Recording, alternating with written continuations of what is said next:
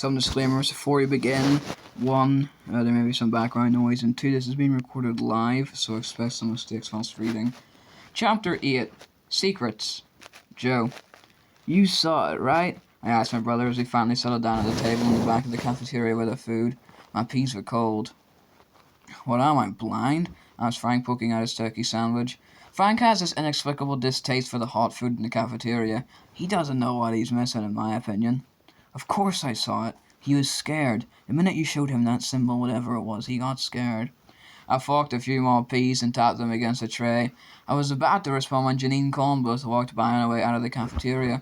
When she saw me, she smiled and gave a little wave. I stared after her, unable to pull myself together enough to wave back. I'll admit it wasn't the first time I'd been distracted by the thought of Janine Cornbluth. I'd noticed her a few weeks ago, her dark hair and pale face with little crease between her eyebrows that meant she was thinking. We were in the same French class. I liked how quietly she did everything, right down to the way she closed the locker, which she did quietly, instead of slamming it like I always did. Good sense told me she was completely out of my league. I was too noisy for one thing, but still there had to be some way I could sell her on Joe Hardy. Although the perfect idea hadn't occurred to me yet, I was actively brainstorming. Joe, Frank was saying. Joe! Hello? Right, sure, triangle with legs. I responded, hoping he hadn't totally changed the subject and started talking about electrons or something. This was Frank, after all. Frank looked amused. I was pretty sure I'd seen Janine pass by. So we'll take a cab ride this afternoon, he said, and took a sip of lemonade. Cab ride. Oh, right. Sure, I said. A cab ride was definitely in order to get to the bottom of this whole triangle business.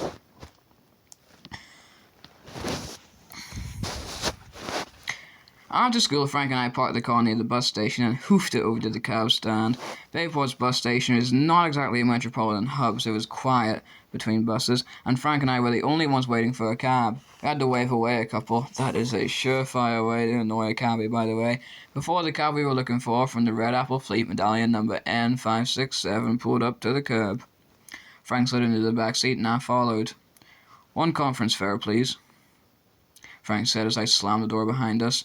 The driver pulled the cab back onto Main Street and drove slowly out of the downtown area toward the more woodsy part of town where houses were few and far between. What can I help you boys with? Professor Al-Hajin said after about 10 minutes. Professor Al-Hajin has been a trusted friend and confidant to Frank and me since we were starting out this investigation thing. As a full-time cab driver, the prof hears all the time his most salacious dirt. He knows everything about everything in Bayport, and is usually willing to share it with Frank and me because he knows we'll use it for good. If I show you a symbol, I said, can you tell me if you've ever seen it before?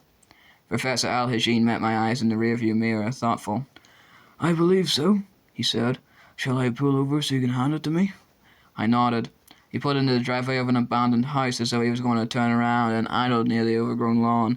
I pulled out my triangle with legs sketch from lunch that day and passed it through the glass divider to the prof. Professor Al-Hajin held the napkin up so he could see it. He made no reaction at all. He didn't jump, I gasped, but turned around. In the rearview mirror we could see that his eyes were serious, completely focused on the drawing. After a few seconds, he took his hand off the wheel and very carefully folded the drawing in half. He handed it back to me through the divider, sketch on the inside, not meeting my eyes. He put the cab in gear and was back on the road, headed back into town before I could get the question out. Professor Al-Hajin, what is it? He didn't answer for a few seconds. I could see that his expression was grave, his mouth pulled into a tight line. I will drop you back off at the bus station, he said quietly.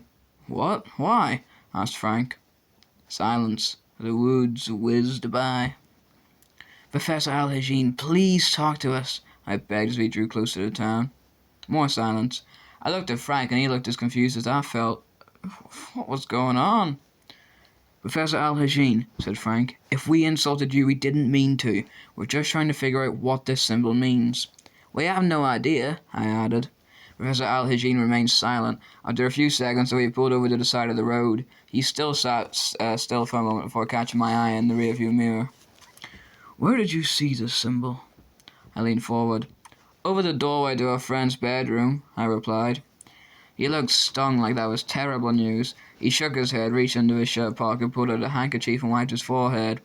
Frank and I were quiet for a while, wanting to give him whatever time he needed. Finally, he cleared his throat. "This is a bad symbol," he said simply. "What does it mean?" Frank asked. The prof just shook his head. "Bad man," he said. "What bad man?" I asked. Professor Al-Hajin sighed loudly and took his foot off the brake. Within seconds we were back on the road to town. "Professor," I pleaded as we sailed past factories and warehouses. "Whatever you know, you can tell us. Whatever you're afraid of, we don't know anything about." "We're just hoping to find out what the symbol means," Frank added, "so we can help our friend." Professor Al-Hajin seemed to think that over. After a minute or so, he looked in the rearview mirror again. "Do you know what it means?" he said quietly. "To be marked?" "Marked, like, for punishment?" I asked. "For death, or I don't know." "Your friend is marked," the professor said just as quietly. "You'd best steer clear of him." I met Frank's eye. "What?" "How do you know about being marked?" Frank asked. "Were you marked?"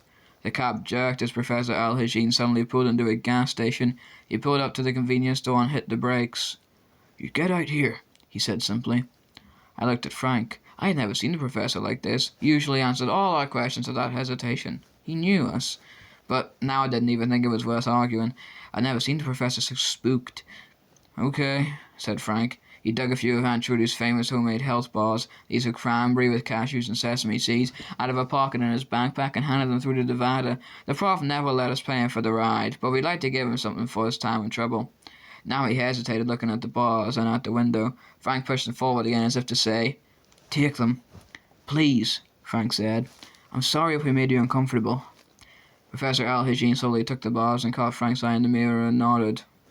"Bye, Prof," I said, opening my door and scooting out. The professor nodded again and bit into one of the health bars. As soon as Frank got out and shut the door behind him, the cab pulled off. "I guess we're walking back to the station," I said, watching the cab disappear. "I guess so," said Frank. "Good thing we're only a mile or two away." I nodded. Slowly we made our way out of the gas station and started walking down the street in the direction of downtown. "So what do you think?" I asked after a few minutes. We had both been silent, lost in our own thoughts. "I think," Frank said, looking serious, "that whatever this is, it's a lot bigger and more dangerous than what happened to Neanderthal."